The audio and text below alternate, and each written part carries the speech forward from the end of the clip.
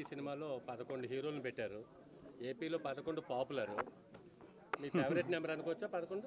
నా ఫేవరెట్ కాదండి. కొంచెం నాకు అది ఫేవరెట్ నెంబర్ కాదు. నాకు ఇంచుమించు 160, 170 అయితే కానీ ఫేవరెట్ నెంబర్. థ్యాంక్ యూ అండి. ఇది ఏం చెప్తాం? ఈ లడ్డు మీద ఒకసారి మాట్లాడండి.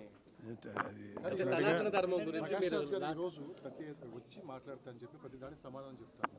సో ఇంతవరకు ఎక్కడ ఆయన స్పందించలేదు. సో దీని మీద ఇక్కడ ఫ్రాంక్గా చెప్పాలంటే ఇక్కడ ప్రకాష్ రాజు కొంచెం డౌన్ చేయరా, డౌన్ జగన్మోహన్ రెడ్డి వీళ్ళెవరు కాదండి. సో మొన్న కళ్యాణ్ బాబు గారు మాట్లాడిన దాంట్లో కూడా ఇవాళ సనాతన ధర్మం, దానిలో గాడ్ అనేది ఒక భాగం. ఇది ఈ సనాతన ధర్మానికి అవమానం కలిగించే వాళ్ళ గురించే మాట్లాడారు తప్ప, నిజంగా చెప్పాలంటే మన దేశంలో ఏ ముస్లిము ఏ క్రిస్టియన్ను వాళ్ళు అసలు ఎప్పుడు టచ్ చేయరు ఎవరిని. అలాగే మనం కూడా వాళ్ళు టచ్ చేయం. ఎవరో ఎక్కడన్నా ఒకటే సంఘటనల వల్ల ఇదవుతుంది తప్ప యూజువల్గా ఒక మతాన్ని ఇంకో మతం ఎప్పుడు గౌరవించుకొని బతుకుతున్నాం. అది ఈ పాటికి భారతదేశం ఏంటి ఎప్పుడు లాంగ్ బ్యాకే 500-600 ఏళ్ళ క్రితం కూడా చచ్చిపోయేవాళ్ళం. సో అందరూ కలిసి జీవించడం అనేది మా అందరికీ, అటు క్రిస్టియన్స్ అయినా హిందూస్ అయినా ముస్లిమ్స్ అయినా సిఖ్స్ అయినా కలిసి బతకటం అనేది మనకు మన పెద్దవాళ్ళు మనకి ఇచ్చినట్టుంది. అదే కళ్యాణబాబు చెప్పింది సనాతన ధర్మం. అది ప్రతి వాళ్ళలోనూ ఇంకి ఉంటుంది. సో దాన్ని ఎవరైనా అవమానం చేసినా ఇంకోటి చేసినా కొంచెం బాధ అనిపిస్తుంది. సో లడ్డు అనేది ఒక చిన్న అంటే ఒక నిండిపోయినటువంటి ఈ నిర్లక్ష్యం చేయబడినటువంటి హైందవానికి హిందూ మతానికి ఆ లడ్డు అనేది క్లైమాక్స్ లాంటిది. సో దానికి ముందు ఆ లడ్డు అనే దాంతో పాటు ఇంకా కిందకి వెళ్తే ఎన్ని దారుణాలు జరిగినాయో మా అందరికీ తెలుసు. సో నేను కూడా అప్పుడు మోడీ గారు వచ్చినప్పుడు మేము మాట్లాడిన కలికిరి సభ అప్పుడు much before elections, Hindu temples కానీ ధార్మిక మండళ్ళు కానీ ఏదైనా సరే should be ruled by Hindus only.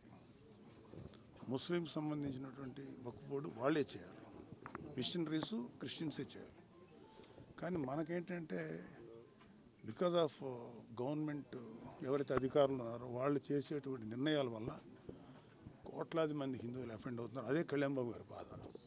So దాని మీద ఆయన వెలుగొచ్చారు. ఇక్కడ ప్రకాష్ రాజా జగన్మోహన్ రెడ్డి కాదు, it's a question of pseudo secularism. హిందువుల్లో ఉన్నటువంటి సూడో సెక్యులర్ మీద మేము అంటే కళ్యాణ్ బాబు గారు మాట్లాడారు. రియల్ సెక్యులర్ ఎవరంటే పవన్ కళ్యాణ్ గారు.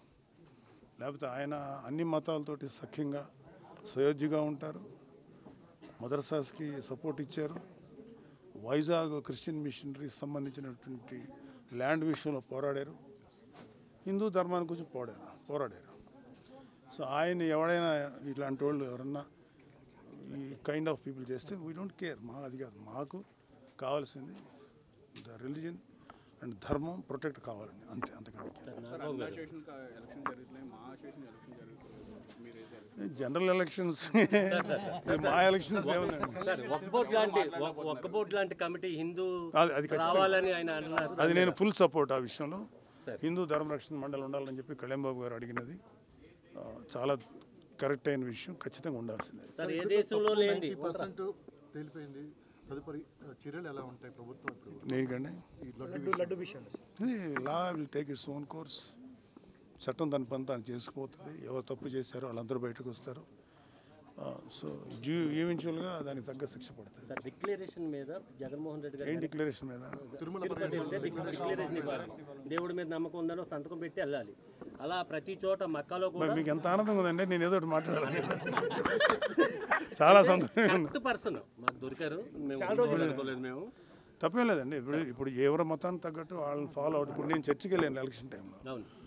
నాకు అక్కడ జీసస్ క్రైస్ట్ని ప్రార్థించినప్పుడు నేను కూడా ప్రార్థించాను కదా.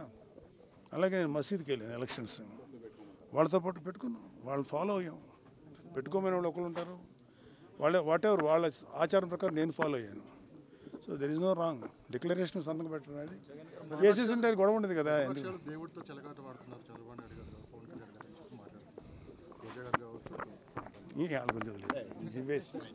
మళ్ళీ వైసీపీ వాళ్ళు మాట్లాడే